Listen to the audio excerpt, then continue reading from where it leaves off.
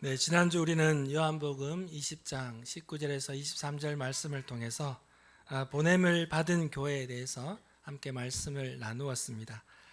부활하신 예수님께서 두려움에 떨고 있는 그 제자들을 찾아오셔서 그들 가운데 평강을 주시고 아버지께서 나를 보내신 것 같이 나도 너희를 보내노라 라고 그렇게 말씀하신 그 감동이 여전히 여러분에게 가슴에 생생한 줄로 믿습니다.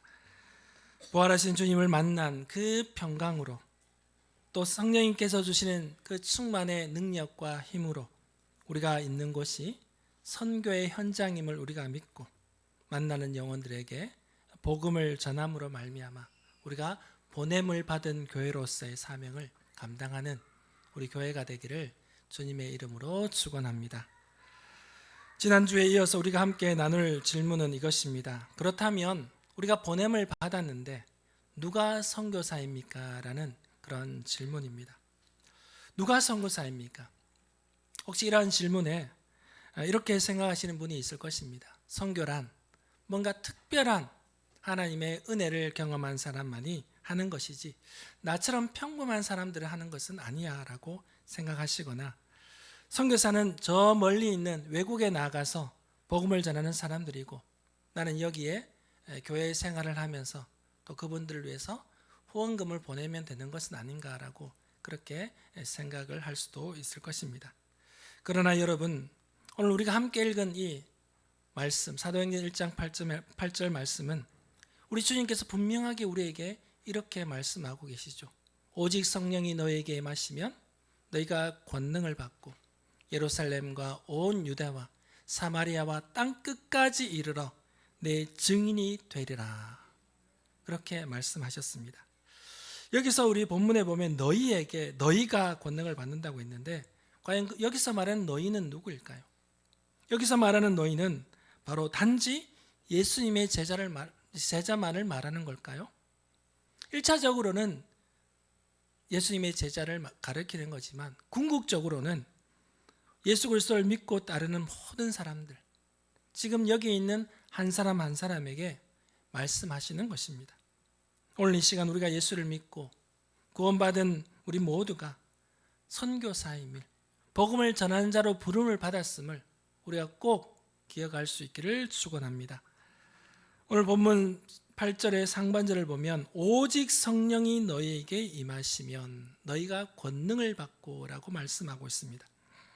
예수님께서 하늘로 올라가시기 직전에 제자들에게 마지막으로 남긴 말씀이 무엇이냐라고 한다면 바로 오늘 우리가 읽은 이 말씀입니다. 예수님께서는 오직 성령이 너희에게 임하시면 라고 이렇게 말씀하셨는데 이 구절에서 우리는 오직이라는 말에 한번 주목을 해보기를 원합니다. 헬라어 원문에는 이것을 알라라고 쓰고 있습니다. 알라라는 접속사인데 우리나라로 번역할 때는 오직이라는 말로 이렇게 번역을 하게 된 것입니다. 이 접속사 알라는 그것이 아니라 바로 이것입니다라고 나타내는 바로 강한 대조와 강조를 나타낼 때 쓰는 그런 접속사입니다. 무엇이 그것이 아니라 바로 이것이야라고 할 때 이 알라라는 접속사를 쓴다는 겁니다. 그러면 이 알라라는 의미를 좀 더 깊게 알기 위해서는 앞절 말씀을 한번 우리가 살펴볼 필요가 있습니다. 본문 7절을 보면 예수님의 제자들이 예수님께 이렇게 질문을 하죠. 6절에 보면 주께서 이스라엘 나라를 회복하심이 이때니까 라고 이렇게 제자들이 예수님께 질문을 하고 있습니다. 부활하신 예수님을 만난 제자들이 예수님께 이러한 질문을 했다는 것은 무슨 연유로 이러한 질문을 했을까요? 부활의 주님을 만났음에도 불구하고 아직 제자들은 정치적인 메시아, 이 나라를 구원해 줄 메시아, 그리고 지상왕국을 그렇게 고대하고 있었다는 이야기입니다. 로마의 압제에서 벗어나서 우리가 있는 이 나라가 독립국가가 되기를 그렇게 갈망을 하고 있었다는 것이죠. 그러나 예수님께서는 제자들의 이 기대감을 완전히 뒤엎는 그런 말씀을 하고 계시죠. 바로 7절에 보면 때와 시기는 아버지께서 자기의 권한을 두셨으니 너희가 알 바 아니요. 그것은 하나님의 권한이기 때문에 너희는 알 것 없다라고 이렇게 말씀하신 것이죠. 그러나 예수님께서 너희가 알 바 아니다라고 하신 것은 정말로 너희가 알 필요가 없다는 것이었을까요? 그것이 아니라, 너희가 알 필요가 없는 것이 아니라 너희가 알아야 할 것은 그것이 아니라 바로 이것이다라는 것입니다. 그래서 알라, 오직이라는 말을 그렇게 사용한 것입니다. 그렇다면 그들이 알아야 할 것은 그것이 아니라 바로 이것인데, 이것이 무엇인가요? 너희가 원하고 구해야 할 것은 정치적인 권력, 세상적인 왕국을 건설하기 위한 것이 아니라 바로 성령의 능력을 구해야 한다는 것입니다. 너에게 필요한 것이 있다면 세상을 정복하기 위한 그런 힘과 능력, 군사력이 아니라 바로 복음으로 세상을 변화시킬 만한 복음의 능력, 성령의 능력을 너희들이 구해야 한다라고 그렇게 말씀하고 있는 것입니다. 사랑하는 성도 여러분, 그렇다면 오늘 우리는 어떻습니까? 여러분들이 구하고 여러분들이 원하는 것은 무엇입니까? 더 많은 물질, 더 높은 자리, 더 큰 명예를 구하면서 살아가고 있지는 않습니까? 겉으로야 내가 많은 돈을 원하는 것 같지 않고 높은 지위, 높은 명예를 구하는 것 같지 않지만 속 깊은 곳에 들여다보면 여러분 그러한 욕심들이 있잖아요. 더 많은 것을 가지고 싶고 더 높은 자리에 명예를 얻고 싶은 마음들이 다 자리 잡고 있는 것은 아닙니까? 심지어 교회도 마찬가지입니다.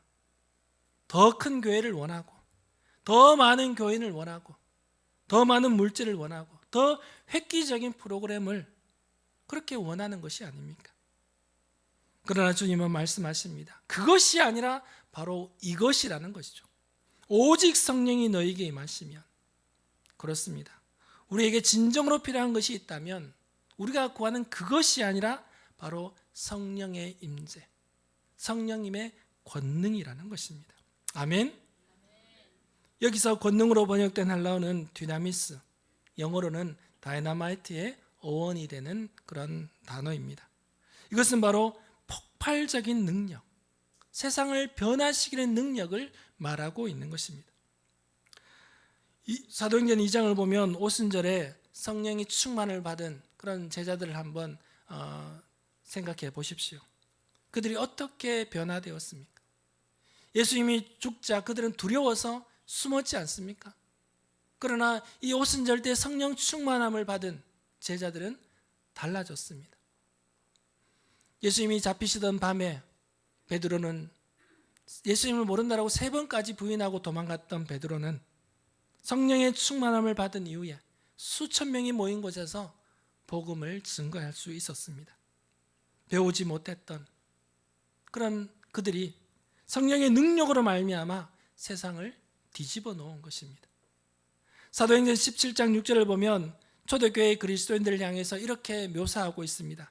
천하를 어지럽게 하던 이 사람들, 천하를 어지럽게 하던 사람들이라고 표현하고 있습니다.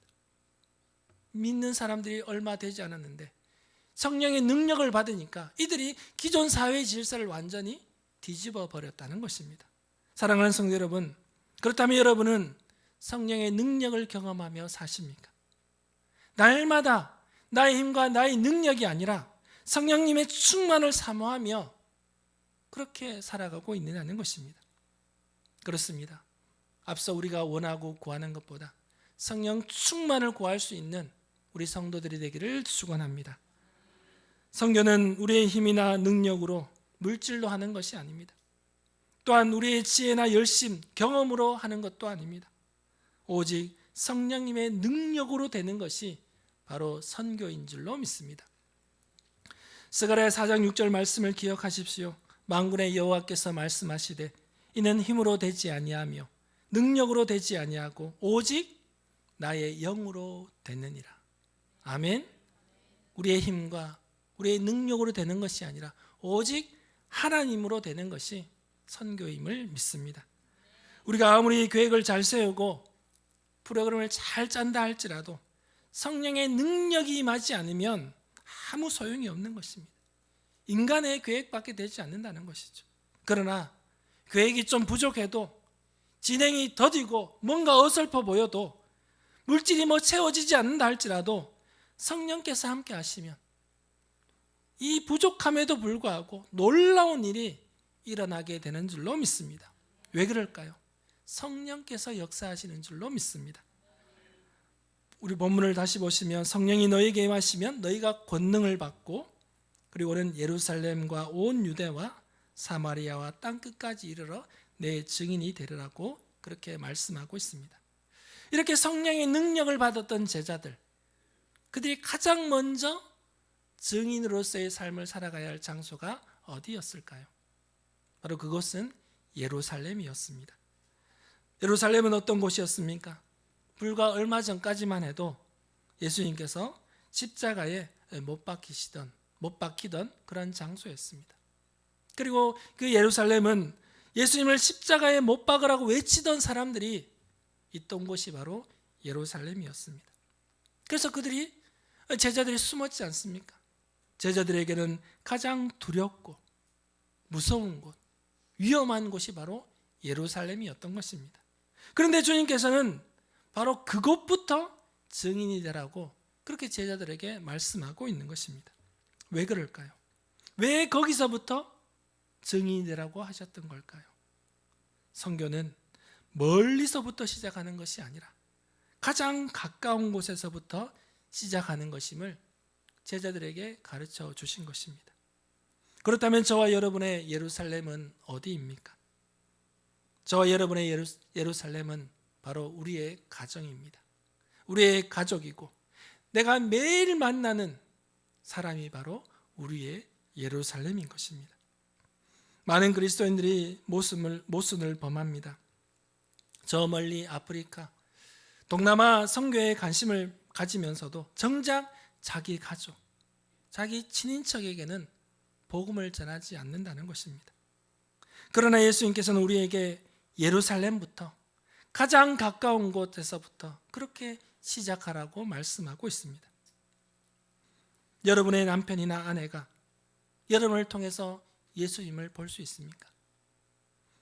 여러분의 직장 동료들이 여러분을 보면서 저 사람은 뭔가 다르다, 저 사람에게는 뭔가 영적인 끌리는 힘이 있다라고 그렇게 느끼게 하십니까?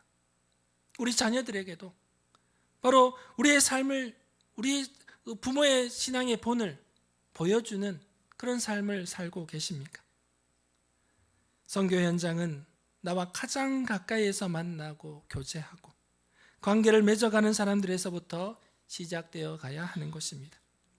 오늘부터 여러분의 예루살렘에서부터 복음을 증거할 수 있기를 축원합니다. 그 다음에는 온 유대입니다. 유대는 바로 예루살렘이 속하는 그런 큰 지역을 나타내는 것입니다. 우리로 말하자면 우리가 살고 있는 이 상인동, 좀 크게는 달서구, 그리고 대구 광역시를 말한다고 할 수 있습니다. 그리고 우리 교회와 내가 살고 있는 주변 이웃들을 포함하는 것입니다. 우리가 함께 기도해야 할 것이 있다면 우리 교회 주변에 있는 영혼들을 위해서, 이 영혼 구원을 위해서 우리가 함께 기도하고 또 복음 전하는 일에 우리가 앞장서야 할 것입니다. 우리 교회 바로 옆에도 아파트 단지들도 많고 길만 좀 건너면 빌라들이 많이 있는 곳입니다. 한 30년 전에는 여기가 큰 번화가였다고 합니다.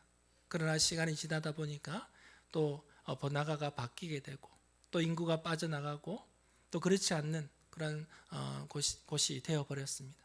또 연로하신 분들이 많이 남아있고 또 거동이 불편한 분, 또 외롭고 쓸쓸한 그런 분들이 이곳에 많이 있습니다. 그러나 그런 분들에게도 우리가 복음을 전해야 되지 않겠습니까? 우리가 입맛에 맞는, 우리가 원하는 사람들에게만 복음을 전하는 것이 아니라 복음이 필요한 사람들에게 우리가 가까이 가서 복음을 전해야 될 줄로 믿습니다. 저도 늘 우리 교회 주변의 사람들에게 복음을 전해야 된다라고 그렇게 생각하고 있습니다. 예전에는 우리가 전도대가 있어서 그래도 아파트 앞에 가서 또 지나가는 분들에게 복음을 전하다가 코로나 때문에 우리가 나가지 못하고 이렇게 있다 보니까 지금 우리가 나가서 전하는 것은 하고 있지 않습니다. 그래서 어떻게 하면 또 주변 사람들에게 복음을 증가할 수 있을까? 제가 고민을 하다가 우리 아파트 그 단지 내에 같이 사는 사람들에게 그래도 복음을 좀 전해야 되겠다 싶어서 제가 바구니 하나를 마련해서 거기다가 문구도 쓰고 또 우리 교회에서 전도용품을 가져다가 거기에 비치해 두었습니다. 가져다가 보면서 그래도 복음을 좀 들을 수 있는 기회를 이렇게 가질 수 있도록 했고 또 우리 교회 앞을 지나다니는 사람이 많이 있을 텐데 라고 생각하면서 또 교회에다가 보신 분들도 있겠지만 하나 마련해서 거기에다가 교회에서 마련한 전도용품과 또 제가 주보를 하나 넣어서 그렇게 자유롭게 가져갈 수 있도록 그렇게 마련해 두었습니다. 어떻게 하면 우리가 복음을 증가할 수 있을까? 고민하다 보면 또 이런 더 좋은 일들이 우리 교우들에게 또 아이디어를 가지게 되고 또 그 일을 행하다 보면 또 영혼들과 만나는 그런 접점이 되게 될 줄로 믿습니다. 그래서 우리 교회 주변 이웃들에게 또 복음을 증가하는 우리 목양교회가 되어야 될 줄로 믿습니다. 선교는 먼 곳에만 하는 것이 아니라 바로 우리 곁에서부터 그렇게 시작하는 것입니다. 우리 아파트 옆집에 사는 사람, 매일 내가 드나드는 상점 주인들, 또 우리 자녀가 만나는 그런 학원이나 학교의 선생님, 그 모든 사람들이 우리의 선교의 대상이 되는 것입니다. 이제 우리가 생활하고 있는 주변을 좀 살펴보면서 그들과 만남으로 말미암아 복음을 증가할 수 있는 우리 교우들이 되기를 주님의 이름으로 축원합니다. 그 다음 본문을 보시면 예루살렘과 온 유다와 사마리아라고 그렇게 말씀하고 있습니다. 이제 예수님께서는 사마리아를 언급하십니다. 이 사마리아는 예루살렘과 유다 사이에 있는 지역입니다. 지리적으로는 매우 가까운 지역이기도 하지만 문화적으로 종교적으로는 아주 거리가 먼, 유대인들에게는 거리가 먼 그런 지역이었던 것입니다. 유대인들과 사마리아인들 사이에는 깊은 반목과 적대감이 있었기 때문이죠. 유대인들은 저 사마리아인들을 혼혈적이라고 하면서 멸시했습니다. 상종을 하지 않았습니다. 그래서 그 지역을 지나가는 것조차 꺼렸다는 것입니다. 그러나 예수님께서는 요한복음 4장에 보면 그 사마리아 지역을 지나가게 되셨죠. 그리고 그 우물가에 있는 여인과의 대화를 나누셨습니다. 그 대화 중에 사마리아 여인이 예수님에게 이렇게 말하는 장면이 있습니다. 요한복음 4장 9절에 보면 당신은 유대인으로서 어찌하여 사마리아 여자인 나에게 물을 달라 하시나이까 하니 이는 유대인이 사마리아인과 상종하지 아니함이로라. 이 여인이 말한 것처럼 유대인과 사마리아인들이 서로 상종을 하지 않았다는 것입니다. 그런데 부활하신 예수님께서는 제자들에게 사마리아까지 가서 복음을 증거하라고 하신 것입니다. 이것은 무엇을 의미하는 걸까요? 복음은 이렇게 문화의 장벽, 인종의 장벽, 편견의 장벽을 뛰어넘어야 한다는 것을 말씀하고 있는 것입니다. 우리에게도 사마리아가 있습니다. 우리가 무의식적으로 피하는 사람, 멀리하는 사람, 나도 모르게 좀 차별하는 사람이 우리에게 있을 수 있는 것입니다. 나와 수준이 다르다고, 가난하다고, 뭔가 문화의식이 다르다고, 정치적인 견해가 다르다고, 종교적인 배경이 다르다고 좀가 뭔가 멀리하는 사람이 바로 우리가 가야 할 그런 사마리아인 것입니다. 복음은 이 모든 장벽을 허무는 것입니다. 바울은 갈라디아서 3장 28절을 통해 말합니다. 너희는 유대인이나 헬라인이나 종이나 자유인이나 남자나 여자나 다 그리스도 예수 안에서 하나이니라. 아멘. 그렇습니다. 우리는 예수 그리스도 안에서 다 차별이 없이 하나인 줄로 믿습니다. 예수님께서는 사마리아 여인에게 말씀하셨고 그 여인은 예수님의 말씀을 듣고 그 동네에 들어가서 그 예수님을 전했더니 그들이 다 구원을 받는 역사가 그 동네에 나타난 것입니다. 베드로 역시 이방인이었던 백부장 고넬료의 집에 가서 그들에게 복음을 전했습니다. 바울은 어떻습니까? 자신은 이방인의 사도가 되겠다면서 그렇게 유럽으로 건너가서 그렇게 복음을 전하지 않았습니까? 우리 또한 우리의 사마리아를 찾아가야 합니다.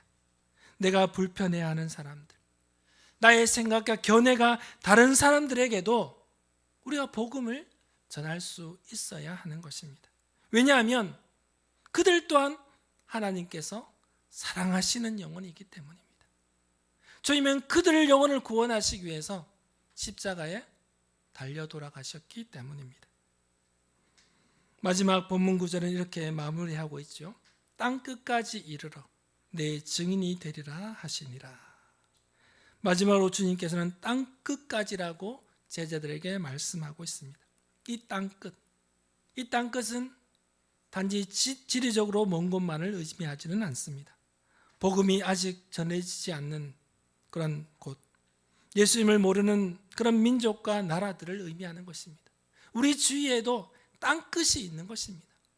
주님을 듣지 않는 영혼들이 있다니까요.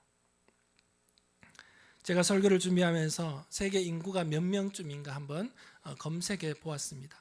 제가 깜짝 놀랐습니다. 저는 한 70억이 좀 넘지 않을까라고 했는데 지구의 인구가 83억입니다.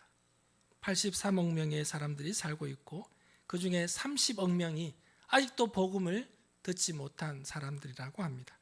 그럼 매일 16만 명, 17만 명이 예수님을 모른 채, 복음을 듣지 못한 채 그렇게 죽어가고 있습니다.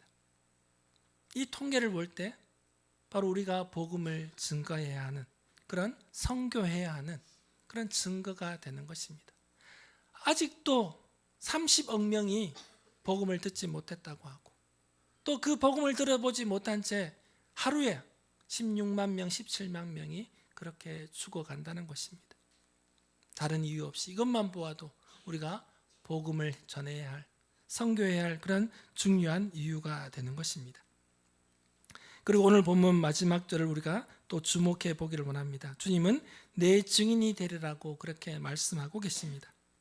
예수님께서는 전도자가 되라, 선교사가 되거라라고 말씀하지 않고 증인이 되라고 말씀하고 있는 것입니다. 그러면 예수님께서 말씀하신 증인이란 무엇일까요? 증인은 자기가 보고 듣고 경험한 것을 그대로 말하는 사람이 증인이지 않습니까? 예수님께서는 바로 네가 복음을 듣고 구원받은 것, 그것을 그대로 그곳에 가서 전하라고 하신 것입니다. 우리가 주님의 말씀을 듣고 주님을 만나고 주님을 영접하고 주님을 영접함으로 말며 우리가 은혜로 제사함을 받았지 않습니까? 그래서 우리는 새 생명을 얻게 되었습니다. 이것을 증거하는 것입니다. 내가 받은 것, 내가 느낀 것, 내가 구원받은 것을 전하는 것이 바로 증인이라는 것입니다. 증인이 된다는 것은 특별한 능력을 요구하는 것이 아니죠. 신학적인 그런 특별한 것을 요구하는 것도 아니고 성경을 완벽하게 알아야 되는 것도 아닙니다. 그저 우리가 받은 은혜, 내가 보고 느낀 것 그대로를 증거하는 것이 바로 증인인 것입니다. 요한복음 9장에 보면 맹인이 등장합니다. 예수님께서 그 맹인을 눈을 뜨게 해주셨죠. 근데 바리새인들이 그 맹인을 물러다가 예수님을 책받기 위해서 그에게 묻습니다. 예수가 어떻게 너의 눈을 뜨게 했느냐라고 그렇게 질문을 했습니다. 그래서 이 맹인이 이렇게 대답을 합니다. 요한복음 9장 25절에 보면 그가 죄인인지 내가 알지 못하나 한 가지 아는 것은 내가 맹인으로 있다가 지금 보는 그것입니다 라고 대답을 하고 있습니다. 예수님이 어떤 분이신지 나는 잘 모르지만 그러나 내가 그분을 통해서 예전에는 보지 못하는 맹인이었지만 그분을 통해 내가 보게 되었다는 것, 이것은 확실합니다라고 그렇게 대답을 했던 것입니다. 이것이 바로 증인이죠. 증인은 논쟁을 하고자 하는 것이 아닙니다. 자기의 경험, 내가 경험한 것을 그대로 전하는 것이 증인인 것입니다. 여러분은 어떻습니까? 여러분은 예수님을 만난 후 달라지셨습니까? 전과 후가 다르십니까? 여러분의 삶의 변화가 주님을 믿고 나서 달라지셨습니까? 달라졌다면, 변화되었다면 충분히 여러분은 증인으로서의 삶을 살아갈 수 있는 것입니다. 내가 변화된 것, 내가 받았던 은혜를 그대로 증거하면 되는 것입니다. 우리가 앞에서 살펴본 것을 정리해 보면 예수님께서는 예루살렘 그리고 온 유대 그리고 사마리아와 땅끝까지 이르러 내 증인이 되라고 말씀하셨지만 이것은 예루살렘에서부터 시작되는 것이지만 순서가 아닙니다. 예루살렘이 다 복음이 전해져야지만이 온 유대로 갈 수 있고, 유대 사람들이 다 전해져야지만이 사마리아로 가고 그 다음 땅끝으로 가는 것이 아니라, 이것은 바로 동시다발적으로 모든 것에서 동시에 복음이 전도되어져야 한다는 것입니다. 우리가 사는 가정에서도 우리가 증인이 되어야 하고, 우리가 일하는 직장에서도 증인이 되어야 하고, 우리 지역 사회에서도 복음을 전하는 증인이 되어야 하고, 그리고 세계 열방 가운데 복음을 듣지 못한 그런 나라에도 가서 증인이 되어야 하는 것입니다. 이것이 바로 전인적인 선교인 것입니다. 그렇다면 이 복잡하고 바쁜 시대를 살아가는 우리들이 어떻게 이 모든 것을 감당할 수 있겠습니까? 우리가 하는 것만 해도 벅차지 않습니까? 그러나 우리는 선교에 대한 인식을 바꾸어야 하는 것입니다. 선교는 우리의 삶과 별개다라고 생각하는 것이 아니라 우리 삶 자체가 선교라고 생각하시면 되는 것입니다. 우리 가정에서 우리 가족을 사랑으로 섬기는 것이 선교입니다. 직장에서 성실하게 정직하게 그 일을 책임감 있게 감당하는 것이 선교입니다. 우리 이웃들에게 사랑으로 다가가는 것, 그 역시 선교라는 것입니다. 바울은 로마서 12장 1절을 통해 말합니다. 너희 몸을 하나님이 기뻐하시는 거룩한 산제물로 드리라. 이는 너희가 드릴 영적 예배니라. 우리의 일상이 예배가 되고 우리의 삶이 선교가 되어야 될 줄로 믿습니다. 우리는 오늘 말씀을 통하여 분명한 진리를 하나 확인했을 것입니다. 무엇입니까? 우리 모두가 선교사라는 그런 진리를 우리가 발견했습니다. 어느 특정한 사람만이 선교를 하는 것이 아니라 우리 믿는 모두가 다 선교하는 선교사임을 기억하십시오. 그렇다면 우리는 무엇을 해야 하겠습니까? 선교사로서 무엇을 해야 하겠습니까? 첫 번째로는 성령 충만을 날마다 사모하십시오. 앞서 말씀드린 대로 선교는 자기의 힘으로 되는 것이 아닙니다. 오직 성령의 능력으로 되는 것이 바로 선교이기 때문입니다. 그래서 매일 아침 우리의 삶의 자리가 선교의 장이 되기 위해서는 성령 충만을 우리가 구해야 될 줄로 믿습니다. 성령 충만함으로 우리가 나아가고 있는, 우리가 있는 그곳이 선교지가 되어져서 복음을 증거할 수 있는 우리 성도들이 되기를 축원합니다. 두 번째로는 성령의 능력을 받아서 나의 예루살렘에서부터 시작하십시오. 성령 충만함을 받아서 내가 있는 가정과 내가 일하는 직장과 내가 만나는 이웃들에게 그리스도의 향기의 삶을 살아가십시오. 왜 세상 사람들이 우리 교회 다니는 사람, 믿는 사람을 향하여서 손가락질합니까? 교회에서의 삶, 우리 그리스도인의 기준으로 생각하는 그 기준에 우리 그리스도인들이 미치지 못하는 삶을 살아가고 있기 때문에 그렇게 교인들을 향하여, 교회를 향하여서 그렇게 질타하는 것이 아니겠습니까?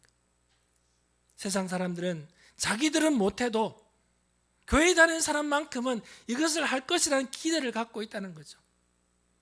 그래서 우리를 수준 높게 본다는 겁니다. 수준 높게 보는데 우리가 수준 낮은 행동을 하니까 그렇게 손가락질을 하는 것이죠. 수준 높게 보는 그들의 눈에 맞추어서 우리가 그렇게 생활을 하면 그들이 우리의 믿는 그 주님을 궁금해할 것이고 그에 오고자 하는 마음을 가지게 될 것입니다. 그래서 우리의 삶으로 증거해야 될 줄로 믿습니다. 세 번째로는 우리의 사마리아를 찾아가야 합니다. 우리의 사마리아가 어디입니까? 우리가 불편해하는 사람들, 내가 뭔가 좀 거리를 두고 싶은 사람들에게 우리는 찾아가야 한다는 것입니다. 복음은 이 모든 장벽을 허무는 능력이 있기 때문입니다. 내가 기준이 아니라 복음이 넘어서서 그 영혼을 구원하고자 하는 그 갈망, 그 사랑을, 긍휼을 가지고 우리가 그 사마리아를 찾아갈 수 있기를 바랍니다. 네 번째로는 땅끝까지 복음이 전파되도록 우리는 동참해야 할 것입니다. 우리의 선교 영역이 점점 확장될 때 하나님은 더 넓은 세계 선교의 비전을 저와 여러분에게, 우리 교회에게 허락해 주실 줄로 믿습니다. 그렇다고 해서 우리 모두가 비행기를 타고 저 멀리 선교사가 되는 것이 아니라 내가 할 수 있는 방법을 찾는 것입니다. 기도로부터 시작하게 되면 하나님께서 그 방법들을 우리에게 가르쳐 주시고 그 길들을 우리에게 열어주신다는 것입니다. 그래서 여러 가지 다양한 방법으로 또 저 땅끝을 위해서 선교하는 일에 앞장서는 우리 성도들과 교회가 되기를 축원합니다.